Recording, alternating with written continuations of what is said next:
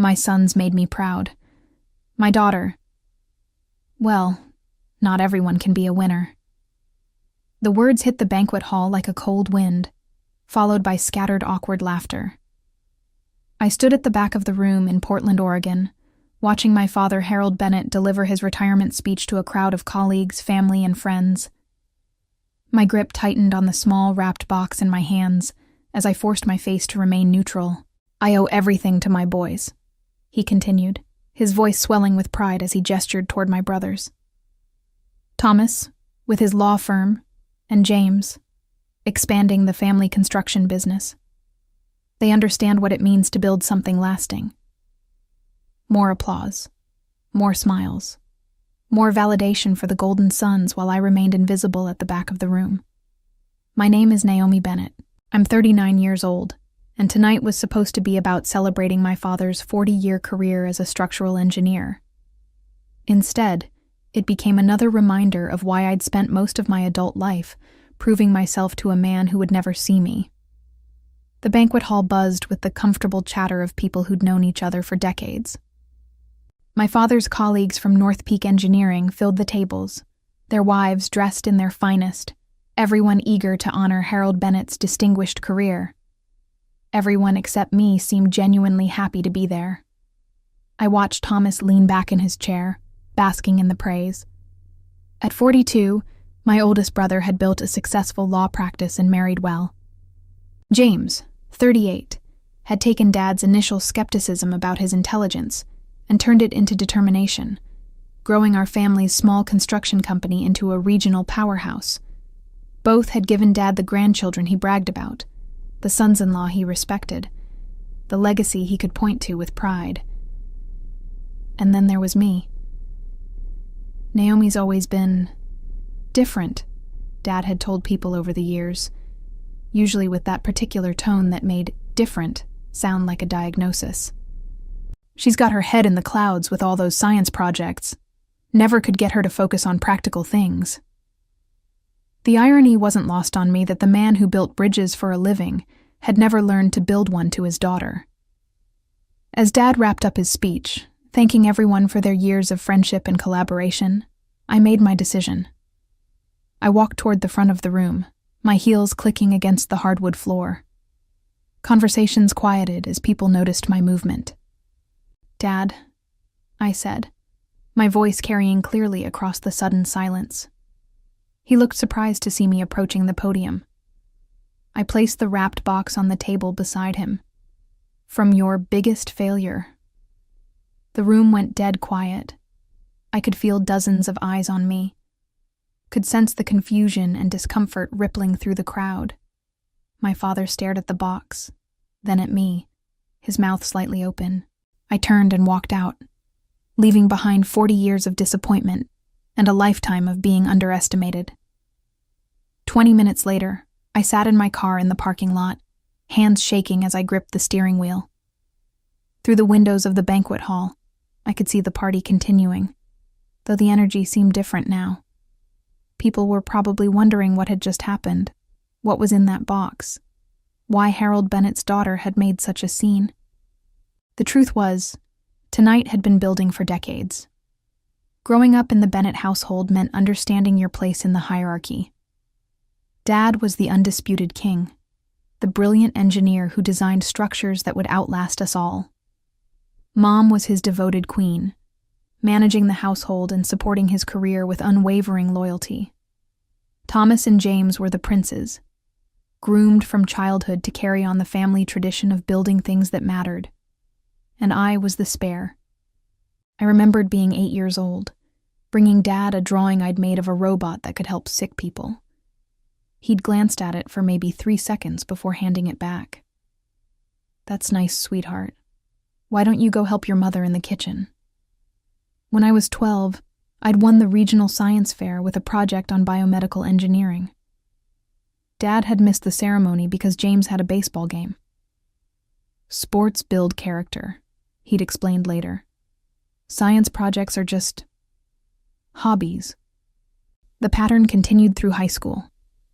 While my brothers were encouraged to take advanced math and engineering courses, I was steered toward more suitable subjects, When I insisted on pursuing pre-med in college, Dad had sighed and said, "Well, nursing is a respectable career for a woman." "I want to be a doctor, not a nurse," I'd replied. "Let's see how long that lasts," he'd said with a dismissive wave. It lasted through medical school, through my residency, through my fellowship in biomedical engineering. It lasted through the countless nights I spent in labs and libraries while my brothers were getting married and having children.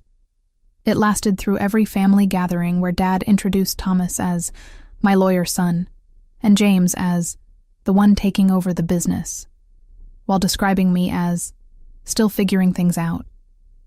Even when I started my own company 5 years ago, developing medical devices that were revolutionizing patient care, Dad remained unimpressed. "It's a nice little side business," he'd told relatives, "though I worry she's not focused enough on finding a husband." The little side business now employed 200 people and had just closed a $50 million funding round. My latest invention, a non-invasive monitoring device for cardiac patients, was being used in hospitals across the country. 3 universities had offered me research positions. Forbes had called me the most innovative biomedical engineer under 40. But tonight, at his retirement party, I was still just the daughter who'd never had what it takes. I stared at the banquet hall windows, wondering if he'd opened the box yet, wondering if anything inside would finally make him see me, wondering if it even mattered anymore. My phone rang as I sat in the parking lot. Thomas's name flashed on the screen. "Naomi, what the hell was that?" His voice was sharp with embarrassment and confusion. "Dad's sitting here with tears in his eyes and everyone's asking questions. What did you put in that box?"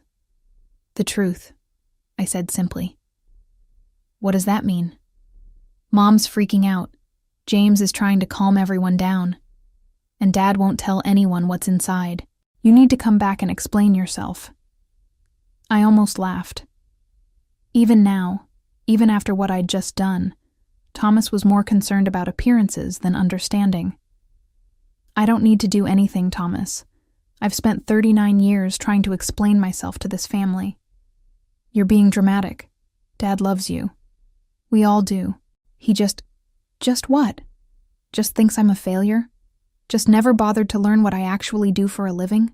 Just introduced his retirement party guests to his 2 successful sons and his disappointing daughter?"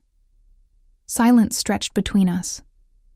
In the background, I could hear the murmur of the party continuing, though it sounded more subdued now. "He didn't mean it like that," Thomas finally said, but his voice lacked conviction. "Yes, he did. And you know what? It's fine. I stopped needing his approval a long time ago." "Then why the dramatic exit? Why embarrass him at his own party?" That was the question I'd been asking myself. Why tonight? Why now? After all these years of swallowing my pride and forcing smiles at family gatherings? Maybe it was because I'd finally realized something. I wasn't angry at Dad for not understanding my success. I was angry at myself for still caring whether he did. "I have to go," I told Thomas. "Naomi, wait." I hung up and started the car. As I pulled out of the parking lot, I caught a glimpse through the banquet hall windows of Dad still sitting at the head table, the open box in front of him. Even from a distance, I could see the papers scattered across the white tablecloth, could see him holding one of the frames. Part of me wanted to know what he was thinking. Part of me wanted to go back inside and watch him read every word, see his face as he finally understood who I'd become. But a bigger part of me realized it didn't matter anymore. I'd spent decades seeking validation from a man who saw my greatest achievements as hobbies. I'd built a company that was changing lives, created technology that was saving patients across the country, earned respect from colleagues and competitors alike. I'd done all of that while waiting for my father to notice. Tonight, driving away from his retirement party, I finally stopped waiting. The box contained 3 items, each one carefully chosen to tell a story Dad had never bothered to learn. Whether he understood that story now, whether it changed anything between us, was no longer my concern. For the first time in my life, my father's opinion of me felt irrelevant. 3 days after the retirement party, Mom called. I was in my office at Lumerin Publishing, the medical device company I'd founded, reviewing prototypes for our latest cardiac monitoring system when her name appeared on my phone screen. "Naomi, honey, we need to talk." Her voice sounded tired, strained in a way I'd never heard before. "Hi, Mom. How's Dad?" "That's what I'm calling about. He's not himself since the party. He keeps reading those papers you gave him, over and over. He won't eat, barely sleeps. Yesterday I found him in his office at 3 a.m, just staring at that Forbes article. I set down my coffee, suddenly feeling the weight of what I'd done. I didn't mean to upset him. He's proud of you, sweetheart. He always has been. He just doesn't know how to show it. The familiar defense. The same words Mom had used for decades to explain away Dad's indifference. "Mom, he called me a failure in front of 200 people.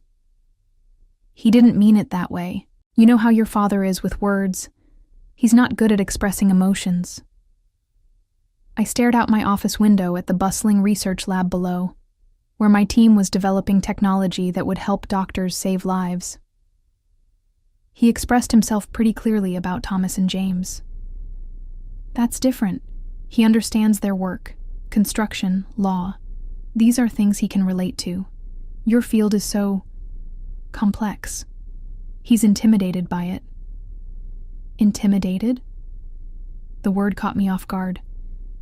"Naomi, your father dropped out of college twice before finally getting his engineering degree. He spent his whole career building bridges and buildings, things you can see and touch. What you do, it's like magic to him. He reads your articles and doesn't understand half the words." I'd never known about Dad dropping out of college. In our family mythology, he was the brilliant engineer who'd always known his path. "He could have asked me to explain," I said quietly. "You know he couldn't. Harold Bennett doesn't ask for explanations. It would mean admitting he doesn't know something." Mom paused, and I could hear Dad's voice in the background, though I couldn't make out the words. "Naomi, there's something else. Something I need to tell you about that scholarship you set up." My chest tightened. The Harold Bennett Science Scholarship was the most personal thing in that box. A full-ride scholarship to Oregon State University for students pursuing biomedical engineering. I'd endowed it with $500,000, enough to support students for decades. "What about it?" "Your father.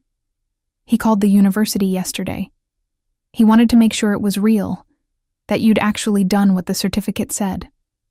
And they told him you're the largest individual donor they've ever had under 50. Not just for the scholarship.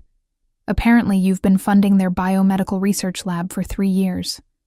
Anonymous donations, until now." I closed my eyes.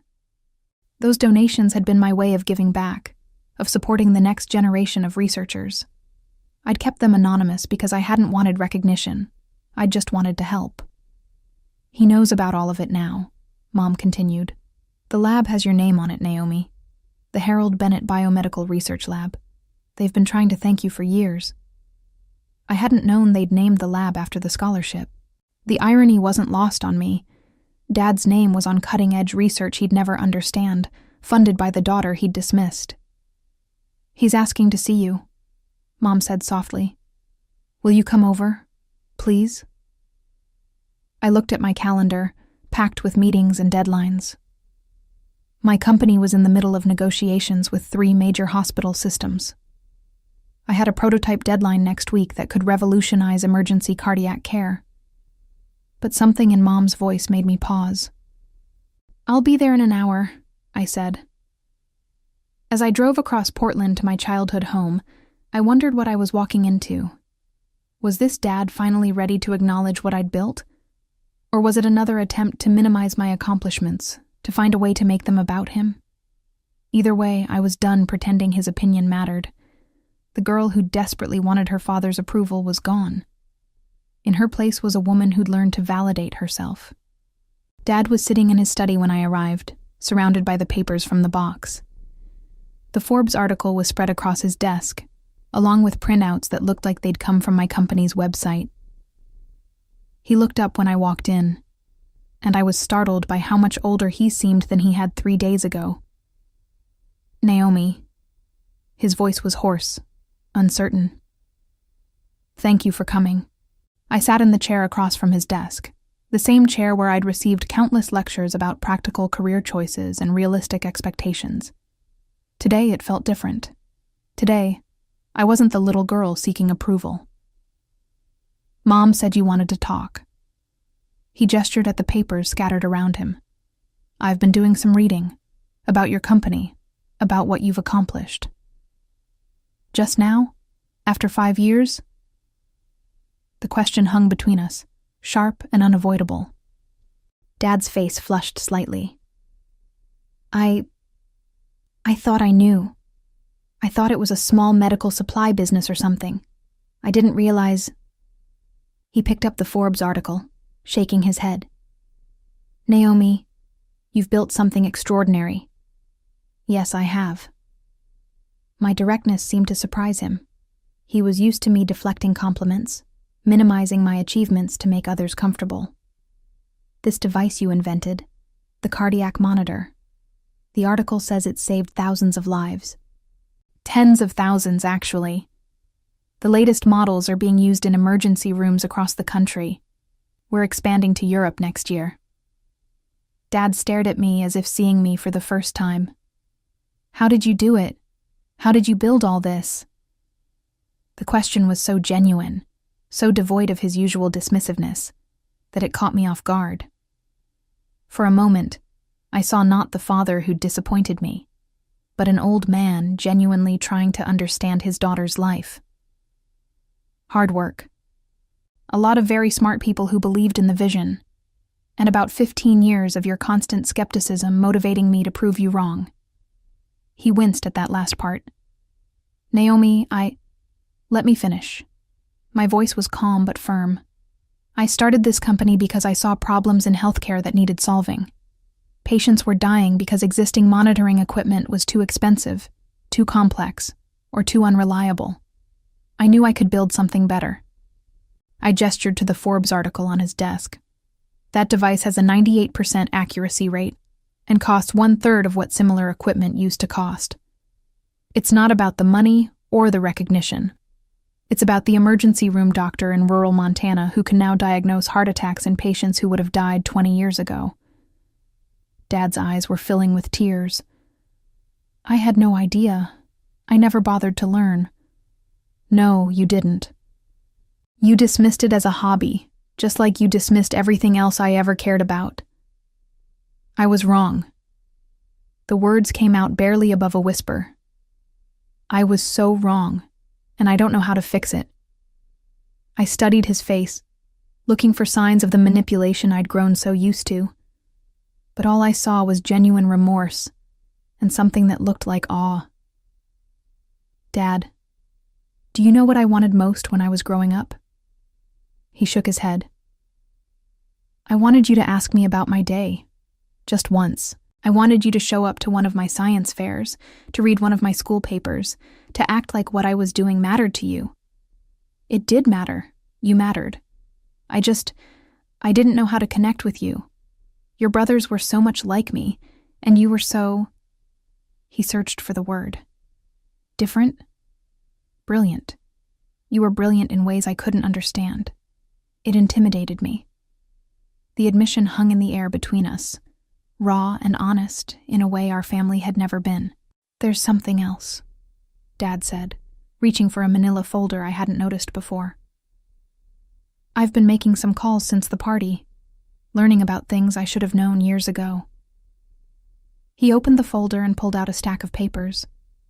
Press releases, medical journal articles, university announcements, all featuring my name and work. Did you know you've been nominated for the National Medal of Technology and Innovation? He held up an official-looking document. The White House, Naomi. The President wants to recognize your contributions to American innovation. I had known, actually. The notification had come last month, and I'd been too busy with product launches to think much about it.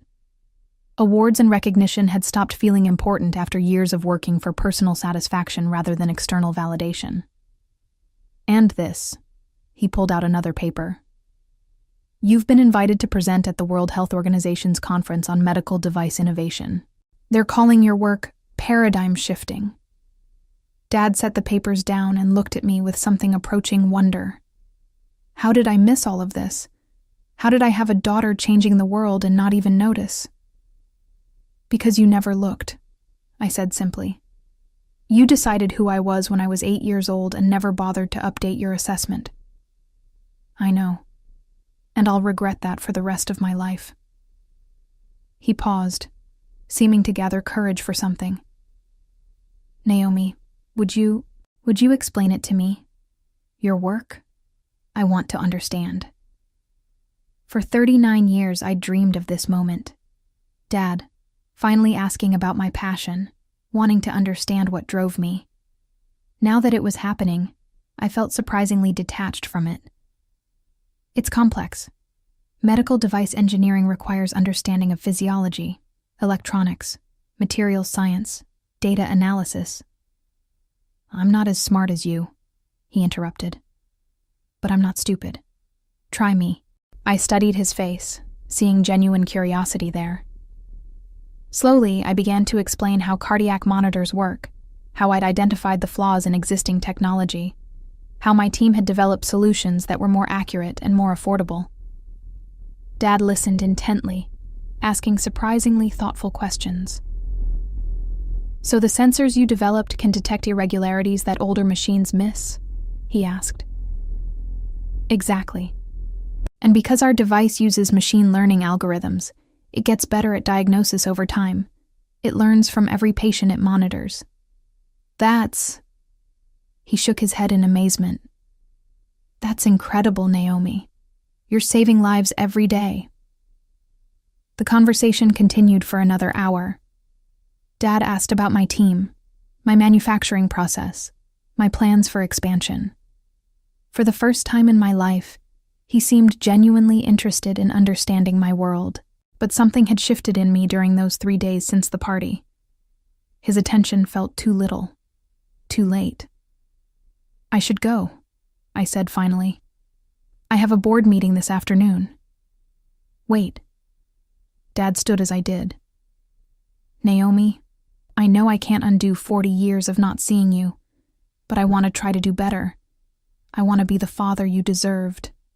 I looked at him, this man who'd shaped so much of my early life through his indifference, and felt something close to pity, not for his ignorance, but for everything he'd missed by choosing not to see me. I appreciate that, Dad, but I'm not the little girl who needed your approval anymore. I've built a life I'm proud of, with or without your understanding. I know you have. That's what makes this so tragic. I missed watching my daughter become extraordinary. I walked toward the door, then paused. For what it's worth, I hope you enjoy your retirement. You earned it. As I drove back to the office, I realized something had been resolved, though not in the way I'd expected. I'd finally gotten my father's attention, his respect, even his admiration, and I'd discovered it no longer mattered to me. 2 weeks later, I was in my office when Thomas called. I almost didn't answer. My relationship with my brothers had grown even more strained since the retirement party. But curiosity got the better of me. Naomi, we have a problem, he said without preamble. Dad's been calling everyone we know, telling them about your company, about your achievements. He's like a broken record. That's a problem? He showed up at my law firm yesterday with printed copies of that Forbes article. He cornered 3 of my partners in the break room and spent an hour explaining your cardiac monitoring device. He doesn't even understand what you do, but he's trying to tell everyone about it. I almost smiled. Dad, who'd never shown interest in my work, was now apparently its biggest advocate. He did the same thing at James's office, Thomas continued, and at his golf club, and at Mom's book club. He's driving everyone crazy, Naomi. He's become obsessed. With what? With you. With making sure everyone knows how successful his daughter is. It's like he's trying to make up for 40 years of not bragging about you by doing it all at once. I leaned back in my chair, processing this. Dad, who'd introduced me as still figuring things out for most of my adult life, was now apparently my unofficial publicist. There's more, Thomas said. He wants to throw you a party, a celebration of your achievements. He's already called the country club, started making a guest list. He wants to invite everyone from the retirement party and formally, apologize, introduce you properly. The irony was thick. After a lifetime of being overlooked, Dad wanted to put me center stage. But now that he was finally ready to see me, I'd moved beyond needing to be seen by him. Tell him no, I said. What? Tell him I don't want a party. I don't need him to introduce me to people. I don't need his validation or his public apologies. Naomi, he's trying. He's really trying to make things right. I know he is. But that's for him, not for me.